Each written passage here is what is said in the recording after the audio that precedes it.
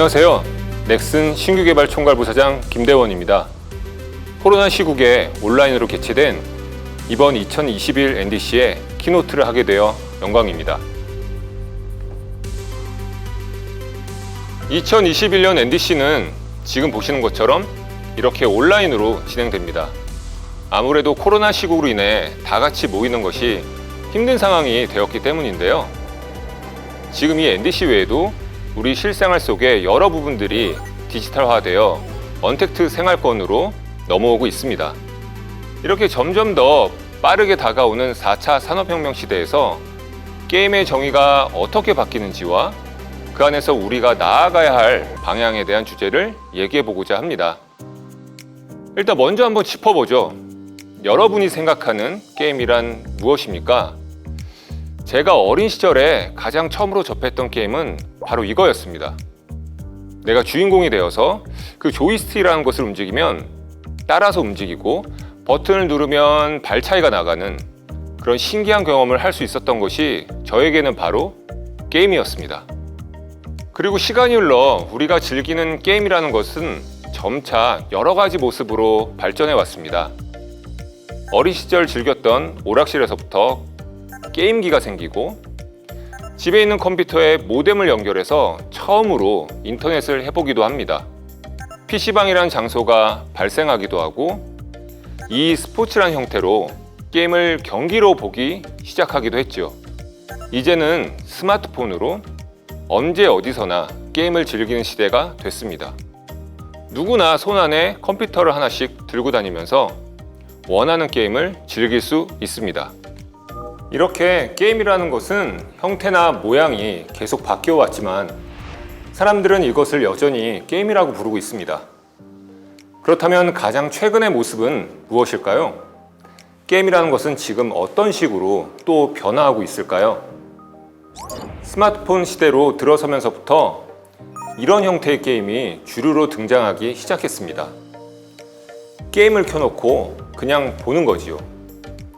이전 PC나 게임기에서 즐기는 형태의 게임과는 상당히 다른 형태로 즐기는 게임입니다.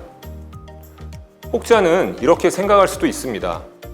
아니, 아무것도 안 하고 그냥 가끔씩 버튼 한 번씩 눌러주는 게 그게 게임이야? 그게 RPG야? 라고 말이죠. 그러면 이것은 어떤가요? 옛날에는 헬스 기기에 부착된 단순한 소프트웨어에 지나지 않았던 것들이 아주 고도화되고 많은 비용이 투자되어서 이렇게 사실상의 게임이 되어버린 것들이 있습니다. 게임을 만들려고 자전거를 만든 것이 아니라 자전거로 운동을 하기 위해 게임을 만들어낸 것이죠. 실제 게임처럼 싱글 스테이지도 있고 멀티를 위한 경쟁과 랭킹도 있습니다. 그런데 우리는 이런 비슷한 시도를 이미 본 적이 있습니다. 이것은 애초부터 게임을 만들며 있어 운동성을 많이 가미한 것이죠. 이 결과물은 앞서 본 헬스 기기들과 사실 다르지 않습니다. 즉, 각기 다른 영역에서 시작한 컨텐츠가 융합되고 발전되면서 결국 경계선에서 만나게 된 것이죠. 그러면 이제 저렇게 본격적인 헬스 기기나 운동 기구들도 게임이라고 불러야 하는 걸까요? 또 다른 시선에서 요즘의 게임에 대해 고민해 보겠습니다. 코로나 시국에 들어서면서 많은 것들이 온라인으로 넘어갔습니다. 당장 지금 NDC만 해도 온라인으로 진행되고 있죠. 사람들끼리 만나서 하던 모든 상호작용과 커뮤니티 또한 온라인으로 넘어왔습니다. 가장 대표적인 것은 화상 채팅의 활성화일 것 같네요. 줌이나 팀즈 같은 화상 채팅 플랫폼을 통해 많은 사람들이 만나고 상호작용하고 있습니다. 그리고 단순히 업무상의 목적으로 활용한 것을 넘어 화상 채팅을 통해 다 같이 놀기도 하고 회식을 진행하기도 하죠. 랜선 회식이라 부르면서요. 저는 이런 걸 보면 마치 그 옛날 퀴즈 같은 아바타 채팅 게임에서 사람들과 채팅으로 얘기하면서 이모티콘 표시하고 놀던 그런 감성이 떠오릅니다. 그 당시 우리가 게임이라고 부르던 그 아바타 채팅과 요즘의 화상 채팅을 통해 놀고 있는 우리의 모습을 보면 이건 역시 게임이라고 부를 수 있는 걸까? 라는 고민을 해보게 됩니다. 그리고 이런 커뮤니티의 대표적인 트렌드를 얘기하자면 틱톡을 빼놓을 수 없겠죠. 틱톡은 어찌 보면 게임의 그것과 상당히 닮은 모습이 많습니다. 수많은 종류의 챌린지가 계속 만들어지고 누구나 그것을 따라해보며 그것에 대한 반응을 얻죠. 이런 일련의 것들은 마치 영상을 가지고 플레이하는 게임과 같은 느낌을 주곤 합니다. SNS의 좋아요 기능처럼 피드백에 의존하여 행동을 유도하는 것도 게임처럼 접근할 수 있습니다. 예컨대 티맵에서는 운전자의 운전 기록을 토대로 점수화하고 누적된 액션을 업적화하여 표시해줍니다. 게임에서 플레이어의 동기부여를 위해 사용되던 이런 방식들을 적용한다면 마치 게임을 하는 것과 비슷한 동기로 행동을 유도할 수도 있겠지요.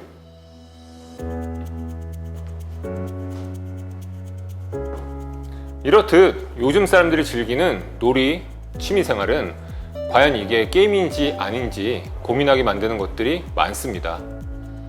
그런데 어쩌면 게임인지 아닌지에 대한 고민 자체가 사실은 의미 없는 것일 수도 있습니다. 사람들이 이것이 게임인지 아닌지를 따지지 않는다면 말이죠. 불과 20여 년 전만 해도 게임이라는 것은 매우 특정 그룹만 접하는 취미생활에 가까웠습니다. 컴퓨터나 전자기기를 잘 다루는 사람들이 깊게 빠지는 취미생활 중 하나였지요. 하지만 앞서 말했듯 이제는 누구나 손안에 스마트폰이란 이름의 컴퓨터를 하나씩 들고 다닙니다. 그리고 그것으로 저마다의 여가 시간을 즐기고 있지요. 게임이라는 것은 이제 대중이 쉽게 즐길 수 있는 여러 취미들 중 하나에 속하고 있습니다. 예컨대 원래 레고나 인형놀이 혹은 오락실의 게임을 즐겼던 제 어린 시절과 달리 요즘 아이들은 그것이 다 합쳐진 로블록스나 마인크래프트를 가지고 놉니다. 이것은 디지털 장난감이기도 하면서 또 완전한 게임이기도 합니다. 이런 놀이거리는 기존 산업 간의 경계를 허물며 엄청난 시장 규모를 일궈내고 있습니다. 이렇듯 디지털 전환과 상호작용성 강화는 결국 각기 다른 영역에 있던 취미생활들 간의 경계를 허물고 있는 것은 아닐까요? 이제 영상은 보기만 하는 것이 아니라 무언가를 따라하고 만들고 놀기도 하는 것이 되었고, 친구들 간의 만남은 아바타 채팅 마냥 다양한 형태로 표현되고 즐길 수 있습니다. 예전에는 서로 간의 경계가 명확했지만 이제는 많은 것들의 경계가 불분명해졌습니다. 기존에는 게이머들을 놓고 게임끼리 경쟁하는 것이었다면 이제는 대중을 놓고 모든 여가 시간의 놀이거리들과 경쟁해야 하는 시대가 된 것이죠. 이제는 모든 엔터테인먼트 업체들과의 경쟁이라고 생각을 해야 하겠습니다. 그럼 우리 게임업계는 이런 상황에서 어떤 시도를 하고 있을까요? 기존의 게임이라는 것의 정의와 게이머라는 대상을 넘어 모든 사람들이 여가 시간에 즐길 수 있는 무언가가 되기 위한 시도가 무엇일까요? 과거에 비해 게임을 즐긴 사람들의 폭과 관점이 매우 다양해졌습니다. 이제 우리는 기존의 게임에 대해 갖고 있던 개념과 기준을 다시 정해야 할지도 모릅니다. 진짜 다르게 생각해야 합니다. 변화해야 합니다. 기존 게임과 게이머에 대한 인식을 깨뜨려야 한다고 생각합니다. 예컨대 AR과 IP의 절묘한 조합을 통해 기존에 전혀 게임이라는 것을 하지 않았던 사람들도 게임이라는 것을 하게끔 만들었던 포켓몬고처럼요. 혹은 메이저 개발사들이 바라보고 있지 않았던 타겟층에게 가장 적합했던 장난감들을 적절하게 디지털화하여 새로운 시장으로 만든 로블록스도 예시가 될 수 있습니다. 일단 당연히 기존에 게임이라고 부르는 영역을 잘 하는 것은 중요합니다. 우리가 익히 즐기는 방식에서 정말 재미있는 게임을 만들기 위해 고민하고 노력해야 합니다.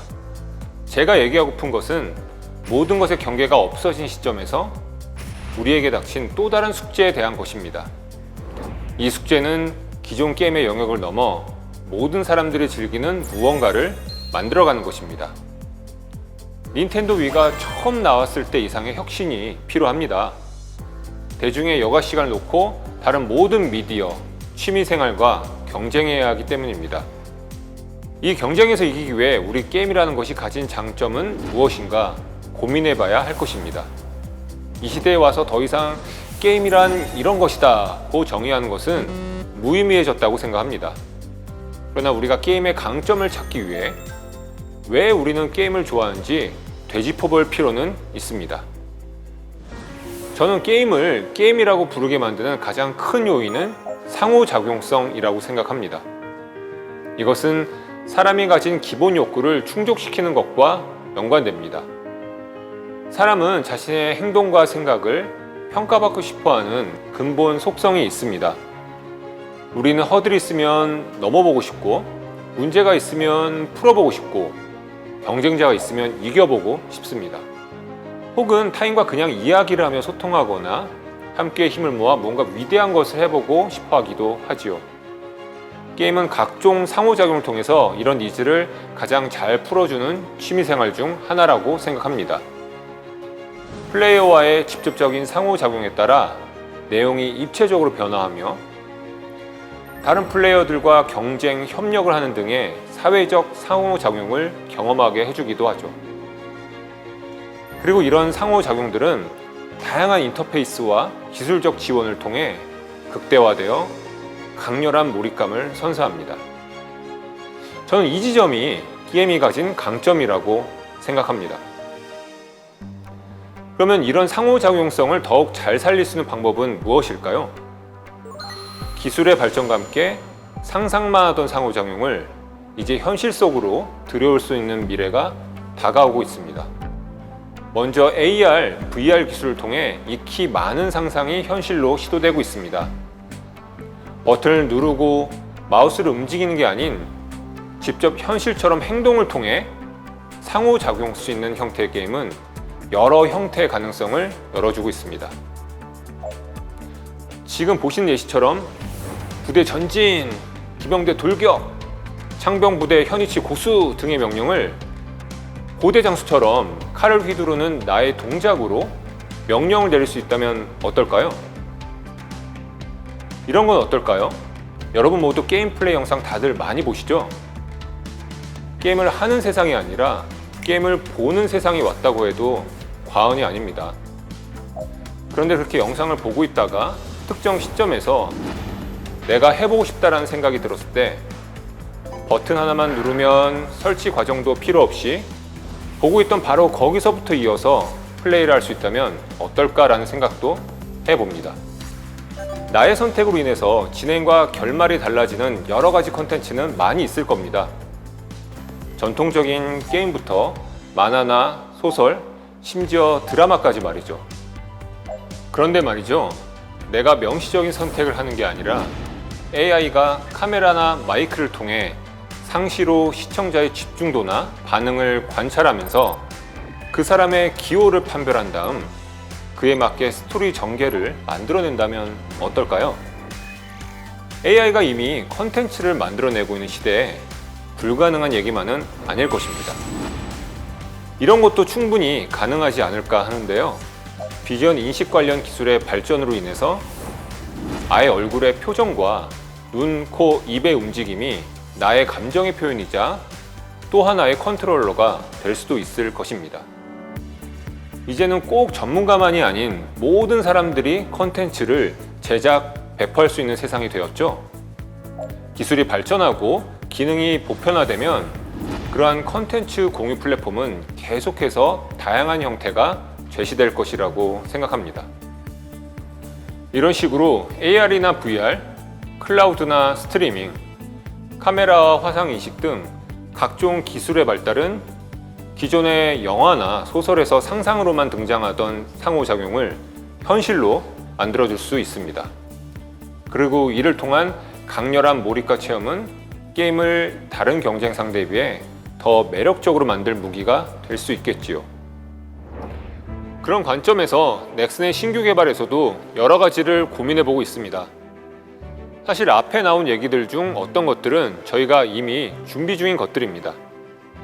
화상 채팅과 단순한 감정 표현 기능을 넘어 그것을 통해 사람들끼리 어울려 놀 수 있는 상호작용을 강화한 형태의 고민을 하는 프로젝트인 페이스플레이, 그리고 창작자와 소비자의 영역을 허물어서 누구나 상상을 현실화할 수 있는 방식의 놀이 방법을 고민하는 MOD가 그 예시입니다. 넥슨은 이런 새로운 경쟁 시대에 있어서 기존에 우리가 잘하고 있던 영역에서 좋은 게임들을 내기 위한 노력에 최선을 다함과 동시에 우리네 게임 회사들이 가진 강점을 강화하는 여러 시도들을 고민해보고 있습니다. 게임이라는 것에 대해 고민해보면서 이제 앞으로의 시대에서 정말 게임이라는 것이 어떻게 바뀌어갈지, 그리고 그 안에서 우리 게임 개발자는 어떤 생각을 하고 미래를 준비해야 할지 고민해보던 내용을 쭉 말씀드린 것 같습니다. 코로나로 인해 디지털화와 가상현실 시대로의 전환이 가속화되면서 기존 산업의 경계가 무너지는 변화가 이제 정말 현실로 다가오기 시작했습니다. 더 이상은 기존과 같은 게임을 만든다라는 게임 산업 종사자의 마인드로는 경쟁할 수 없겠습니다. 이제 더 이상은 게임 회사, 게임 산업이란 말을 쓰지 말아 봅시다. 게임을 대체할 단어가 이제는 정말 나와야 하는 시점이 아닐까요? 디지털 놀이 서비스를 지칭하는 새로운 단어를 우리 모두가 한번 만들어 봤으면 합니다. 당연히 제가 정답이라고 생각하지는 않습니다. 또한 이 부분이 넥슨이 준비 중인 것을 전부 담고 있지는 않습니다. 다만 이 자리를 빌어 우리 앞으로 다가온 미래에 대해 한 번 더 모두가 고민해보는 그런 계기가 되었으면 합니다. 감사합니다.